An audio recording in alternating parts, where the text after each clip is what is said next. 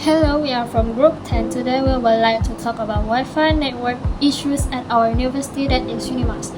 Just briefly, Wi-Fi network at Unimas often facing problem and a lot of people complain about it, such as slow connection and user cannot seem to connect to it. I and my group members will talk about this problem. This gives impact on users so that they could have more smoother experience on surfing the internet. Based on our research using Google Form as evidence, College Chempaka is the most has unstable Wi-Fi. Our survey, which primarily represent first year FCSIT students, revealed a critical gap in service during peak academic hours.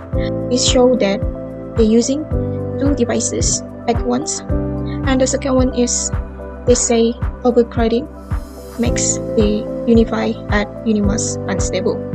This evidence highlights an urgent need for infrastructure upgrades and better bandwidth management in high-density residential areas like College Chempaka. Our ideal final result, IFR, is that Wi-Fi always provides a stable internet connection for all devices, and it will benefit in more stable internet and smoother experience. For cause and effect chain analysis, we find that overcrowding is the main cause of unstable Wi-Fi. There are 4 root causes, which is first, big size of user, second, everyone is using the Wi-Fi in the same time, third, high usage of internet for streaming YouTube or Netflix and downloading a big size document or software, and lastly, online classes are less convenient. As we know, there are 3 important components, which is subject, function, and object. In our function analysis, our subject is Wi-Fi, provides as the function, and internet as the object. The function can also be useful, useless, harmful, sufficient, excessive, and insufficient as shown in the diagram. In this session, I explain how TRZ tools were applied to analyze the Wi-Fi connectivity problem at Unimas and generate solution. First, we use function-oriented search or FOS. Instead of focusing on hardware like routers, we focus on domain function, which is to provide stable and continuous internet access. By studying similar systems such as mobile network and cloud platforms, we propose solutions like smart load balancing and adaptive bandwidth allocation during peak hours. Next, we apply the S-curve analysis to understand the system development stage. The Unimas Wi-Fi system is currently in the maturity stage, where users' demand is high but performance no longer improved. This shows that adding more equipment is not effective and innovative system-level improvements are needed. Finally, we use streaming to remove inefficient or unnecessary elements. We identify overlapping access points, manual monitoring, and equal bandwidth distributions as key issues.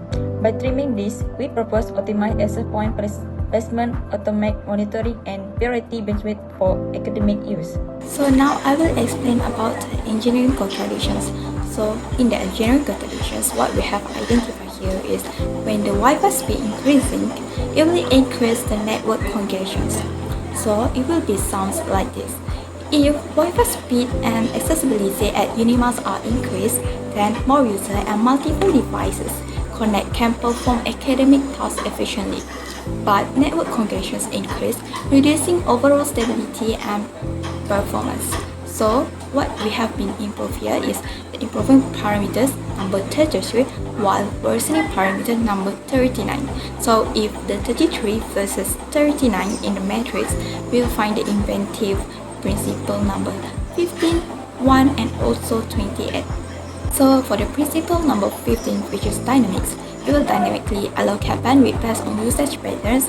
For principle number 1, segmentations, it will divide the network to multiple sub-networks or VLANs at different zones, while the principle number 28, mechanic substitutions, it will prioritize traffic via software solutions or use alternative connections methods like 5G hotspot, especially at peak hours.